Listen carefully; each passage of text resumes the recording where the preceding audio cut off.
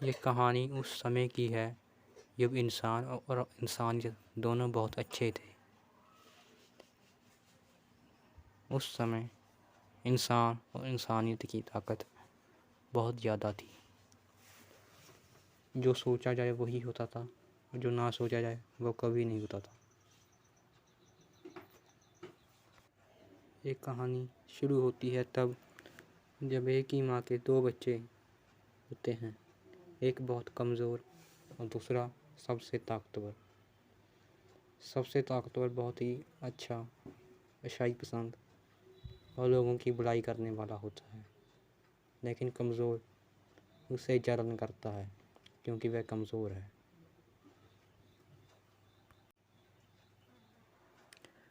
ताकतवर इंसान और कमज़ोर इंसान दोनों ही उस समय पाए जाते थे। उसके पहले सब बेटे का नाम श्याम था और दूसरे का नाम मोहन। श्याम जितना ताकतवर, मोहन उतना ही कमज़ोर।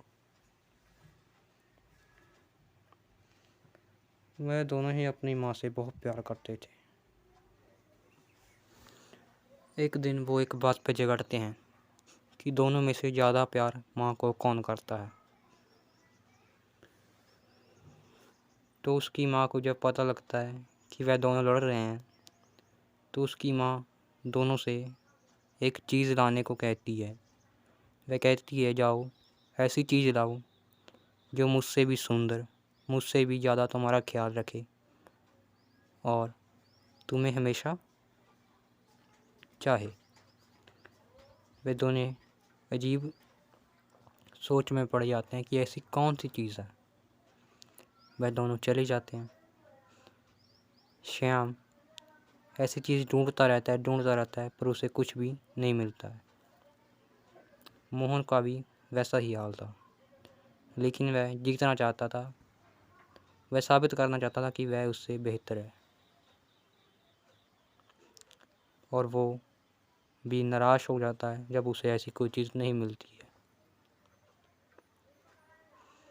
मोहन को ख्याल आता है क्यों ना मैं शादी कर लूँ एक ऐसी लड़की से जो उसकी माँ से भी सुंदर हो, उसका ख्याल रखे।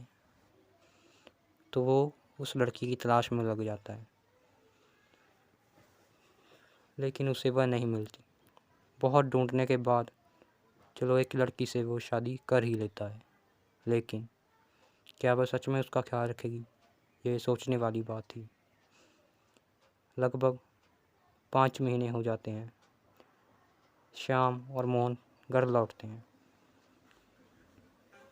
श्याम ने अपनी माँ को पैर पकड़कर कहा कि मुझे ऐसी चीज़ नहीं मिली जो तुमसे ज़्यादा मेरा ख्याल रखे, लेकिन मोहन ने अपनी बीवी को अपनी माँ के सामने रख दिया, बिठा दिया कि ये मेरा ख्याल आपसे ज़्यादा रखेगी।